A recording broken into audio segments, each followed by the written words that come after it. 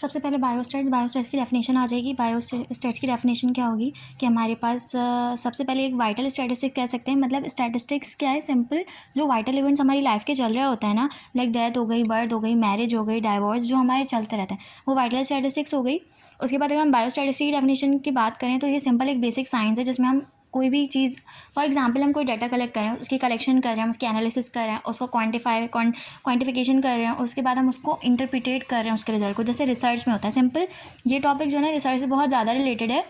तो इसके अंदर जो है हम इस तरीके से अगर उस चीज़ को माइंड में रख के चलें तो फिर ये होगा कि हमारे पास बायोस्टैटिस्टिक्स की क्या डेफिनेशन बनेगी।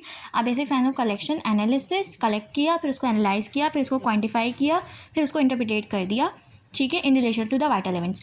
इसके फ़ायदे क्या हैं? इसके फ़ायदे एक ये हैं कि हमें पता चल जाएगा कि हमारी कम्युनिटी में जो डिजीज़ हो रही है उसकी इलनेस की कितना ज़्यादा हमारे पास एक्सटेंट है।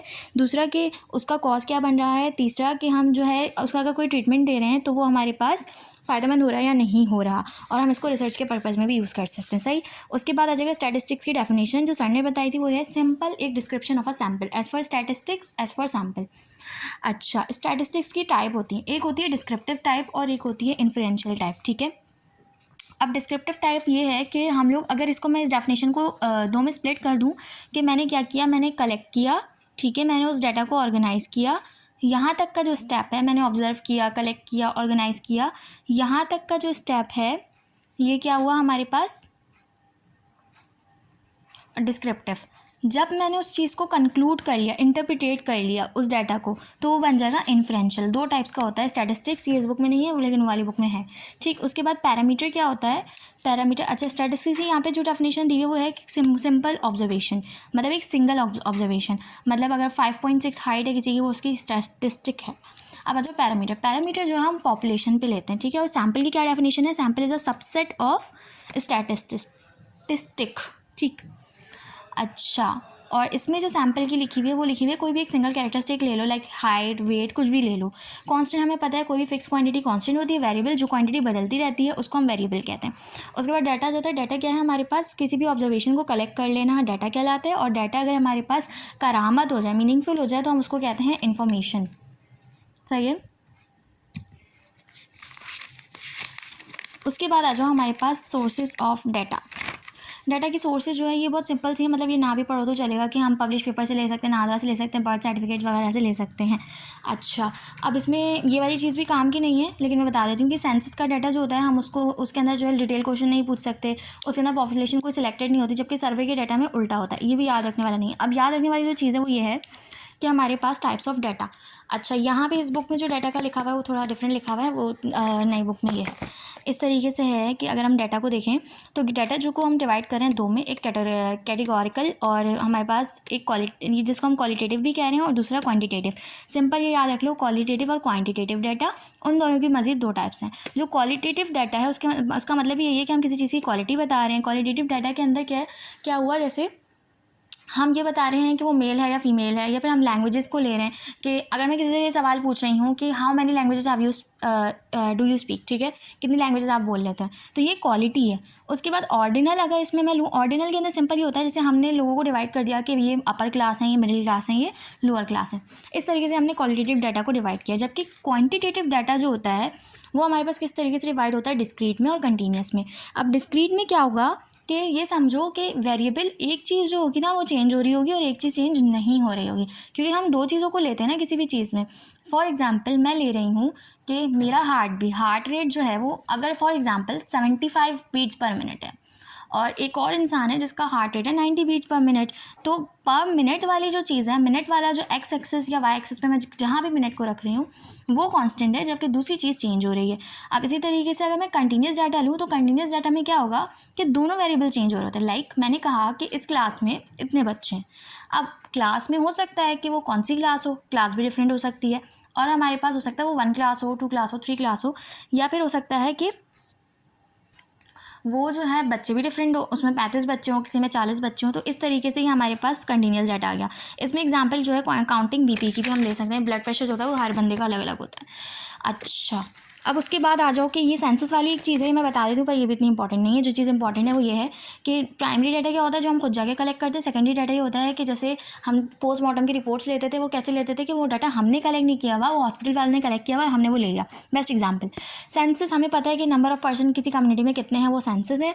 सेंसस का मेथड हमें पता है, एन्यूमरेशन ऑफ मेथड, एक एन्यूमरेशन मेथड होता है कि हम घर घर गए, पता किया हमने, वो एन्यूमरेशन मेथड है कि हमने एज सेक्स सब चीज़ें पूछ ली। एक क्वेश्चनर मेथड है, क्वेश्चनर मेथड यहाँ पे नहीं है, यूरोप में होता है। और एक कॉम्बिनेशन हो सकता है, मतलब वो होता है कि घर के जो बड़े सर्वर होते हैं उनको एक क्वेश्चनर बना के दे देते हैं, वो उसको पूरा फिल कर देते हैं। सही है। अच्छा, सेंसस जो होता है वो डिफेक्टो भी हो सकता है और डिजोरे भी हो सकता है। डिफेक्टो का मतलब ये होता है कि हम कहीं पे भी खड़े हुए और हमें वहाँ पे जो भी बंदा दिखा हमने उससे ले ली उसकी सेंसस, मर्दमशुमारी कर ली हमने उसकी। और डिजोरो क्या है कि हम उसके रेजिडेंस पे जाके लेते हैं, जैसे हमारे नॉर्मली पाकिस्तान में होता है। अच्छा, ये चीज़ भी नहीं पढ़ाई है लेकिन फिर भी मैं बता देती हूँ। अब आ जाओ कि हमारे पास नेचुरल इंक्रीज़ मेथड ही होता है। सिंपल हम देखते हैं कि किसी पॉपुलेशन में मतलब कितनी पॉपुलेशन बढ़ रही है, तो वो इस तरीके से देखते हैं कि हमने क्या किया कि जितने जो हैं प्रीवियस सेंसस के पॉपुलेशन थी, वो जितनी बर्ड्स थी। अच्छा, तो कहाँ थी मैं? हाँ, नेचुरल इंक्रीज मेथड ये होता है। सिंपल देखो, पिछली जो हमने जो पॉपुलेशन थी ना, मतलब पिछले हमने 2017 में हमारा लास्ट सेंसस हुआ था फॉर एग्जांपल, तो 2017 में सेंसस की जो पॉपुलेशन थी वो हमने ऐड कर ली, जितनी नई बर्ड्स हुई हमने वो ऐड कर ली, और जितने लोग यहाँ पे आए हैं पाकिस्तान में रहने के लिए हमने वो ऐड कर लिया, और माइनस कर दिया कि जितने लोगों की डेथ हुई है और जितने जो है यहाँ से चले गए वो हमने हटा दिए। तो ये नेचुरल इंक्रीज मेथड है, ठीक है। अच्छा, उसके बाद आता है अरिथमेटिक प्रोग्रेशन मेथड। ये ऐसे होता है कि हमने क्या किया कि हमारा प्रीवियस जो सेंसस था और जो मतलब दो जो सेंसस है ना, वो जो है हमने उनको आपस में माइनस किया। लाइक जो प्रीवियस सेंसस का फिगर था for example 4 lakh, for example 4 lakh था, और इस सेंसस का इस सेंसस का 8 लाख है। अब 8 लाख माइनस 4 लाख और डिवाइडेड बाय हम कर देंगे कि उस में बीच में टाइम पीरियड कितना था, number of years. For example आपने 4 लाख, आप उसको डिवाइड कर दो नंबर ऑफ़ ईयर 5 ईयर से कर दो, ठीक है। तो इस तरीके से हमारे पास निकल जाएगा arithmetic progression method. Geometric progression method किस तरीके से निकलता है कि हम देख लेते हैं कि कितने लोग अम्मा अब्बा बने। सिंपल, अब आ जाओ क्या बोलते हैं, हाँ, ये बहुत ही बकवास सा है ये भी, कि रजिस्ट्रेशन बर्थ की कैसे होगी रूरल एरिया से में अर्बन, ये पढ़ना हो तो पढ़ लेना, बहुत ही बकवास है। इन्फेक्शियस वगैरह डिसीजेस वगैरह वाला भी, ये भी कुछ काम का नहीं है। अब आ जाओ प्रेजेंटेशन ऑफ डाटा पे, ठीक है। अब आते हैं हम यहाँ पे, ये चीज़ मैं अभी पीछे वो जब टेबल्स करवाऊंगी तो बताऊंगी। प्रेजेंटेशन ऑफ डाटा को हम किस तरीके से डाटा को प्रेजेंट कर सकते हैं, हम उसको टेबल्स में प्रेजेंट कर सकते हैं, ठीक। सबसे पहले टेबल में अगर हम करें तो टेबल के अंदर क्या होगा कि हमारे पास एक सिंपल टेबल बनेगा, या तो सिंपल टेबल नॉर्मली जो बन जाता है हमारे पास के नंबर, हमने यहाँ पे नंबर लिखे, सामने हमने एजेस लिख दी। अब इसके बाद आ जाओ frequency distribution table. Frequency distribution table किस तरीके से होता है कि फ्रीक्वेंसी डिस्ट्रीब्यूशन टेबल के अंदर हम जो है ना क्लास इंटरवल ले लेते हैं, हम उसकी रेंज ले लेते हैं। ये किस तरीके से करते हैं मैं बताती हूँ। फॉर एग्जांपल हमारे पास जो है, सबसे पहले तो देखो रेंज कैसे लेते हैं, ठीक, फिर हम क्लास इंटरवल कैसे बनाते हैं, इस तरीके से हम देखेंगे। मैंने फॉर एग्जांपल वैल्यूज़ ले ली 1 5 9 4 16, ठीक है। फॉर एग्जांपल मैंने ये वैल्यूज़ ले ली, या और भी वैल्यूज़ उसमें ले लो, 2 6 7 1 2 3 4 5 6 7 8 3 और 8। सही है, मैंने 10 वैल्यूज़ कर ली, ये 10 वैल्यूज़ हो गई। अब मैं इसमें से क्या करूँगी, जो वैल्यू मेरी सबसे ज़्यादा है और जो वैल्यू सबसे कम है, इन दोनों को मैं माइनस कर दूँगी, तो रेंज निकल जाएगा 16 - 1 = 15, ठीक है। अब मैं ये देख लूँगी कि अगर ये 15 है, ये चलो मैंने वैल्यूज़ को 5 में कर लेती हूँ कि मैंने 5 वैल्यूज़ ली थी, 1 2 3 4 5 ऐसे जो मैंने ली थी ठीक थी, ठीक है। ईजी हो जाएगा वो रेंज निकालना। तो मैंने क्या किया, मैक्सिमम रेंज ही आ गई। अब मुझे क्लास इंटरवल निकालना है कि मैं कितना फ़र्क रखूँ। तो क्लास इंटरवल मैं कैसे निकालूंगी, जो टोटल नंबर है ना 1 2 3 4 5, 15 / 3, सही है, 15 5 3 आ गई, मतलब मुझे 3 का फ़र्क रखना है। तो अब मैं क्लास इंटरवल कैसे बनाऊँगी। फॉर एग्जाम्पल ये एज ग्रुप्स थे, तो एज ग्रुप में मैंने कहा कि मैं ले रही हूँ 0 से 4 ईयर्स की एज ले ली, ठीक है, या 3 ईयर्स की एज ले ली, यहाँ पे 4 दी हुई है, मैं 3 ईयर्स की ले ली। उसके बाद मैंने क्या किया कि 3 से जो है अब मैंने 3 हो गया, 4 4 5 6 ले ली, उसके बाद फिर मैंने एक छोड़ा 7 8 9।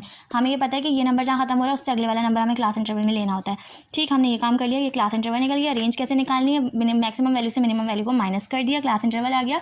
अब फ्रीक्वेंसी निकाल ली, मैंने देखा कि हमारे पास 3 साल तक की उम्र में कितने बच्चे थे, 1 था 2 था, यहाँ पे मैंने 2 लिख दिया। ठीक है, 5 से अब हमारे पास फॉर एग्जांपल 3 से 6 साल की उम्र में कितने लोग थे, मैंने वो गिने और वो यहाँ लिख दिए। ये हो गया फ्रीक्वेंसी। ठीक, ये हमारे पास आ गया कि फ्रीक्वेंसी डिस्ट्रीब्यूशन टेबल किस तरीके से बनता है। अब आ जाओ कि हमारे पास रिलेटिव फ्रीक्वेंसी और क्यूमुलेटिव रिलेटिव फ्रीक्वेंसी क्या होती है।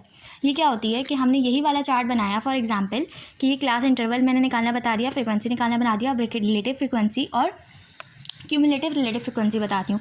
रिलेटिव फ्रीक्वेंसी इस तरीके से निकलती है कि जैसे मेरे पास 2 बच्चे थे और टोटल मैंने देखा कि मेरे पास टोटल वैल्यूज़ फॉर एग्जांपल 10 थी, मतलब टोटल ऊपर जो ऑब्जर्वेशंस थी मेरे पास एज ग्रुप्स दिए हुए थे वो 10 थे फॉर एग्जांपल। तो मैंने क्या किया, 2 को 10 से डिवाइड कर दिया तो हमारे पास रिलेटिव फ्रीक्वेंसी आ गई। अगर ऊपर 8 तो मैंने 2 को 8 से डिवाइड कर दिया तो रिलेटिव फ्रीक्वेंसी आ गई। अब इसी तरीके से हमारे पास ये क्यूमुलेटिव रिलेटिव फ्रीक्वेंसी किस तरीके से निकलती है कि मैंने ऊपर वाले में 0.2 लिखा, नीचे वाले में ऊपर वाला नंबर ऐड कर दिया, 0.2 प्लस 0.3 0.5, 0.5 में प्लस 0.1 ऐड कर दिया 0.6 हो गया, इस तरीके से एंड इट गोज ऑन। ठीक है, ये आ गया हमारे पास रिलेटिव फ्रीक्वेंसी और क्यूमुलेटिव रिलेटिव फ्रीक्वेंसी। अब आ जाओ किस पे, चार्ट्स और डायग्राम्स पे आ जाओ। देखो अब आ जाते हैं हम क्वालिटेटिव और क्वांटिटेटिव के। हमारे पास अगर हम उनको चार्ट्स पे प्रेजेंट करते हैं या डायग्राम्स पे करते हैं वो किस तरीके से करेंगे। तो अब क्वालिटेटिव के लिए हमें याद रखना है कि बार में या तो मैप में भी कर सकते हैं, BPMM याद रख लो, वो BMPP सॉरी, ठीक है, BMPP याद रख लो। वैसे मैप का यहाँ पे आगे डिटेल में नहीं दिया हुआ है तो BPP भी याद रखो तो चलेगा। ठीक है, और क्वांटिटेटिव वाले को हम करते हैं फ्रीक्वेंसी पॉलीगोनल में कर सकते हैं, हिस्टोग्राम में कर सकते हैं, लाइन डायग्राम में और स्कैटर्ड डायग्राम में। अब इसको हमने एक एक करके डिस्कस कर लेना है कि हमारे पास बार किस तरीके से बनता है कि अच्छा बार डायग्राम जो होता है उसके अंदर हमारे पास एक चीज़ याद रखनी है कि अगर हम लाइक 2 बार्स बना रहे हैं तो उनके बीच में गैप होता है।